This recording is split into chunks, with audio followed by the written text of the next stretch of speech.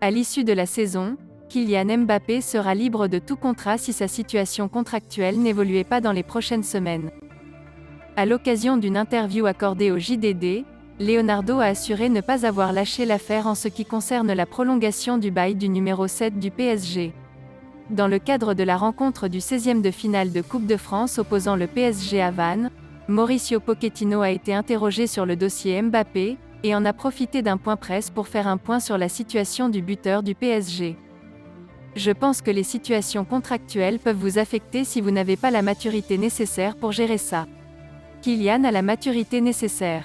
Le club connaît la situation. Nous ne pensons pas que c'est un problème.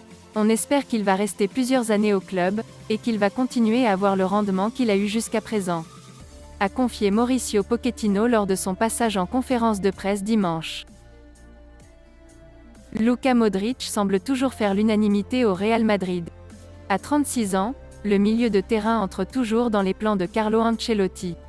Malgré un temps de jeu réduit depuis le début de la saison en raison de son âge avancé, et de la concurrence des jeunes, Luka Modric ne devrait pas quitter de sitôt la capitale espagnole.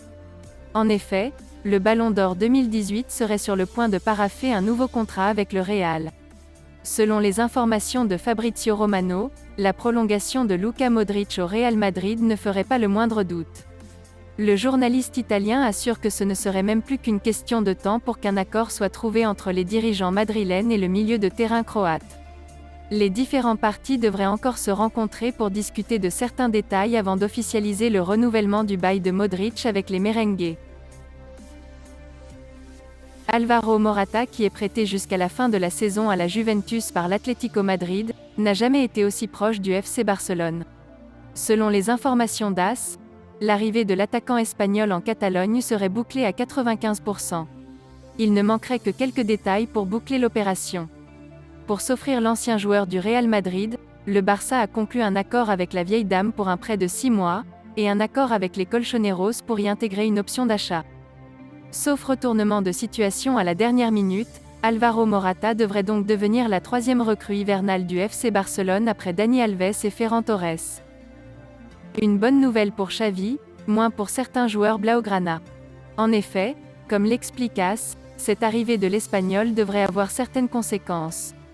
Alors que Morata n'empêcherait en rien une future arrivée d'Erling Haaland, elle scellerait en revanche le départ de Luuk de Jong, ainsi que de Memphis Depay.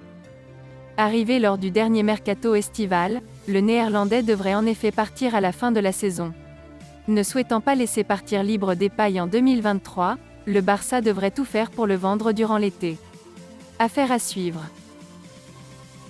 Rapatrié par Chelsea pour 115 millions d'euros l'été dernier, Romelu Lukaku pourrait repartir dès cet hiver. Un conflit a éclaté ces derniers jours entre le buteur belge et son entraîneur Thomas Tuchel, ce qui aurait contraint Lukaku à prendre une décision radicale. Selon la Gazzetta dello Sport, il envisagerait de claquer la porte de Chelsea au plus vite pour rejoindre Tottenham, désireux de retravailler aux côtés d'Antonio Conte qu'il avait dirigé à l'Inter Milan. Toutefois, aucune négociation n'aurait pour l'instant été entamée entre les Spurs et la direction de Chelsea. Affaire à suivre. Merci d'avoir suivi cette vidéo, et n'hésitez pas de vous abonner à la chaîne. Likez, commentez et partagez-la avec vos amis. Portez-vous bien, et que la paix soit sur vous.